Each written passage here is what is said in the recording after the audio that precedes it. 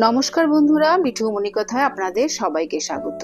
আজকের এই ভিডিওর বিষয়বস্তু হলো অশোক ষষ্ঠী।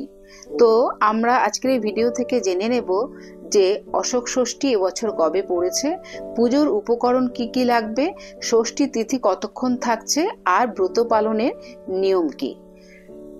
বাঙালির 12 মাসে 13 ষষ্ঠীর মধ্যে অন্যতম অশোক ষষ্ঠী। সাধারণত চৈত্র মাসের শুক্লপক্ষে ষষ্ঠী তিথিতে পালিত হয় এই পার্বণ। সংসার ও সন্তানের মঙ্গল কামনায় পুজো দেওয়া হয় মা ষষ্ঠীর কাছে।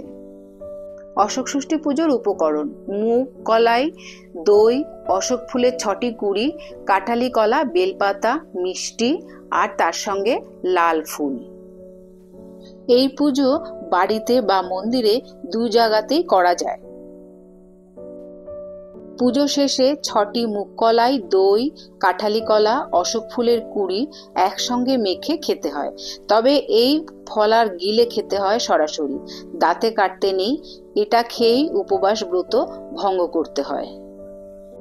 জেনে নেওয়া যাক যে অশোক ষষ্ঠী কবে পড়েছে। অশোক ষষ্ঠী পড়েছে 3রা এপ্রিল 2025, 20 চৈত্র 1431, বৃহস্পতিবার।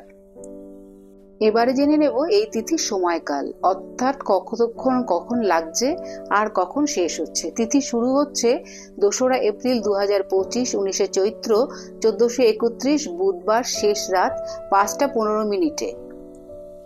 আর তিথি সমাপ্ত হচ্ছে 3রা এপ্রিল 2025, 20 চৈত্র 1431, বৃহস্পতিবার, রাত 3টে 18 মিনিটে। এবার জেনে নেওয়া যাক যে ব্রত শেষে ব্রতী কি কি খেতে পারবেন। অশোক ষষ্ঠীর দিন সাত্ত্বিক আহার গ্রহণ করতে হয়।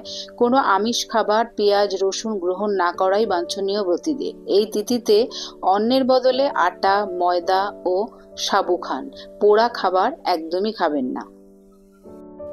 আজকের এই ভিডিওটি এই পর্যন্তই। যদি ভিডিওটি ভালো লেগে থাকে তাহলে অবশ্যই একটা লাইক, কমেন্ট ও শেয়ার করবেন। আর দেখা হচ্ছে পরবর্তী কোনো ভিডিওতে, অন্য কোনো পর্বে। ততক্ষণের জন্য সবাই ভালো থাকবেন, সুস্থ থাকবেন, এই কামনাই করি।